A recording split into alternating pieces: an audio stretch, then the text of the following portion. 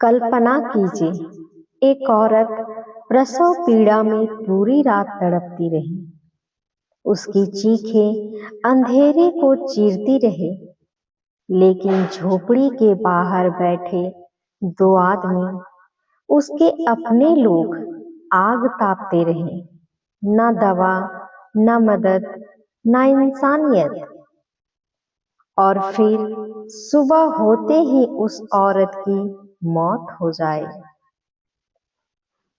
लेकिन कहानी यहीं खत्म नहीं होती। जिस पैसे से उसका कफन खरीदा जाना था, उसी पैसों से शराब और दावत उड़ाई जाए।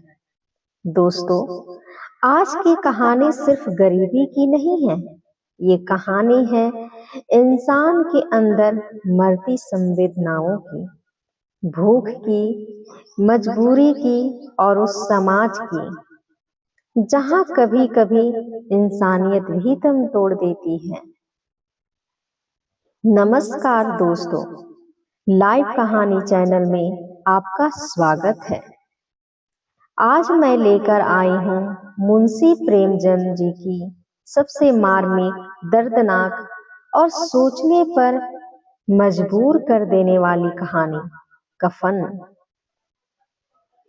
एक छोटा सा गांव था। गांव के बाहर मिट्टी और फूस की एक टूटी हुई झोपड़ी खड़ी थी। झोपड़ी इतनी कमजोर थी कि तेज हवा चले तो गिर जाए। उस झोपड़ी में रहते थे घीसू और उसका बेटा माधव।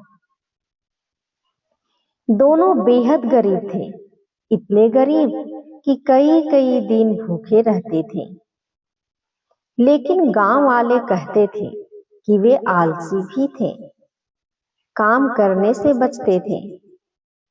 एक दिन मजदूरी करते, फिर कई दिन आराम करते। उस रात बहुत ठंड थी, चारों तरफ सन्नाटा था।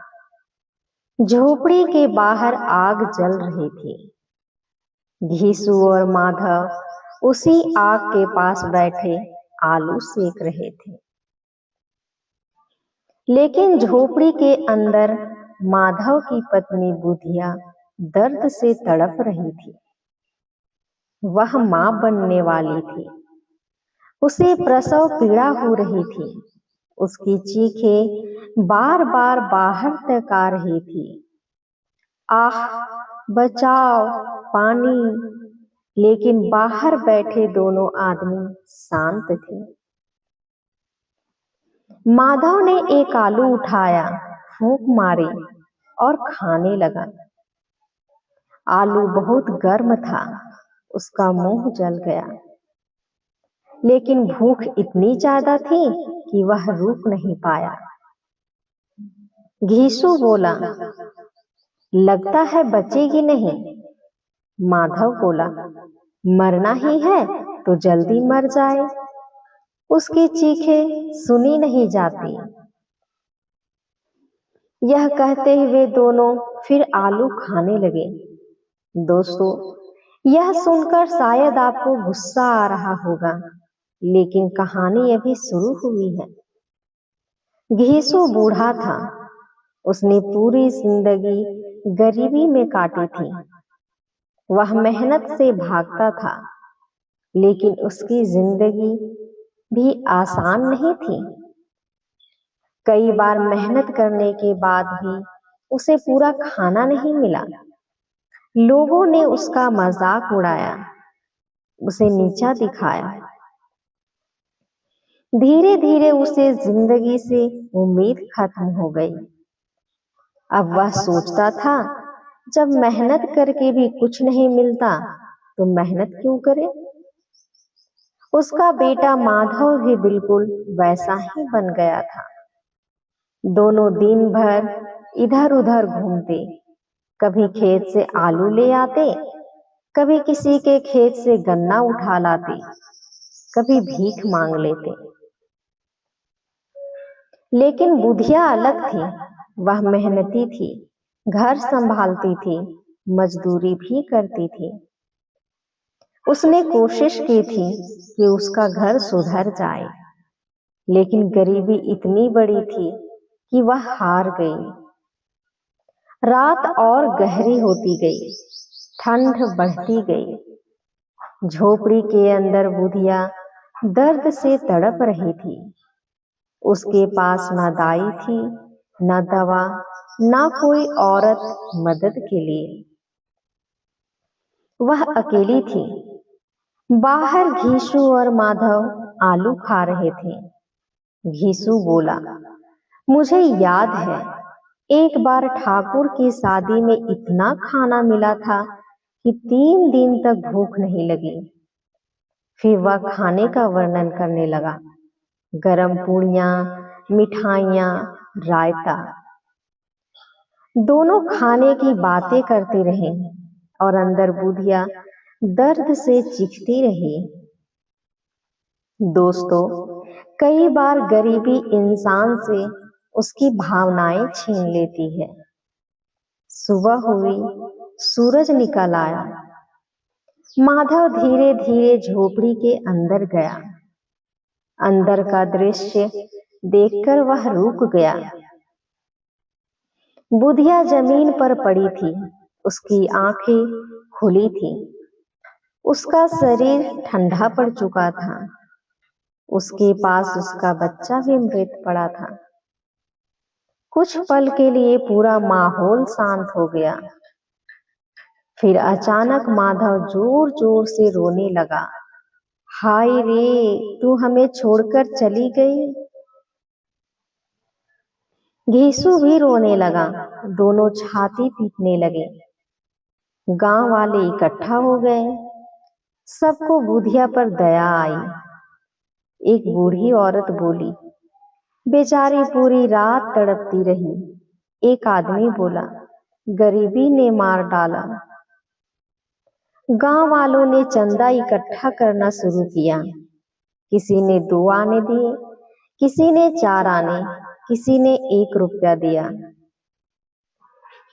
धीरे धीरे इतना पैसा इकट्ठा हो गया कि कफन खरीदा जा सके। गांव के जमींदार ने भी पैसे दिए। उसने कहा, जाओ, बहू का अंतिम संस्कार ठीक से करना। घीसू और माधव पैसे लेकर बाजार की तरफ चल पड़े। दोनों धीरे धीरे चल रहे थे। कुछ देर बाद घीसू बोला, कफन लगाने से क्या फायदा? माधव ने पूछा, क्यों?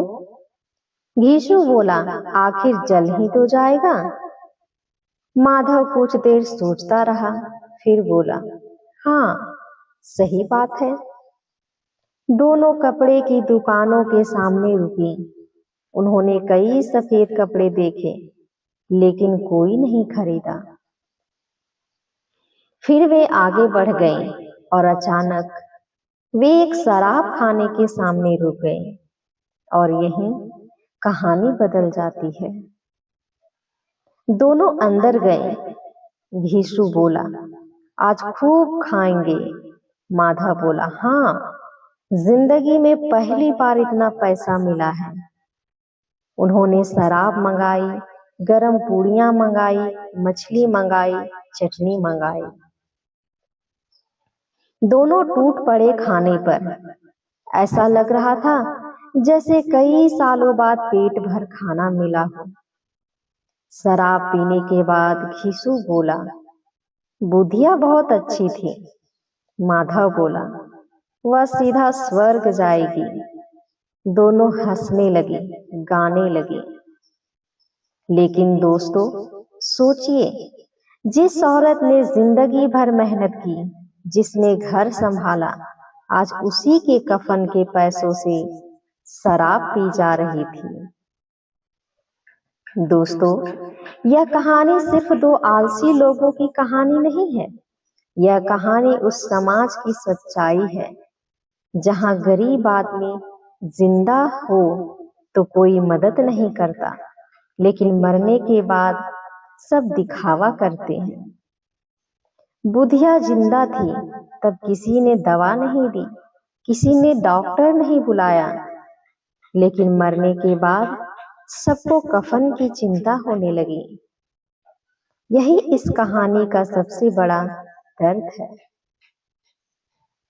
कई लोग कहते हैं घीसू और माधव गलत थे, लेकिन सवाल यह है, अगर कोई इंसान सालों तक भूखा रहे, अपमान झेले, गरीबी में जिए, तो क्या उसकी सोच बदल जाएगी? कफन सिर्फ एक कहानी नहीं, समाज का आईना है। अगर यह कहानी आपको दिल को छू जाए तो मेरे वीडियो को लाइक, सब्सक्राइब एंड शेयर जरूर कीजिएगा। धन्यवाद।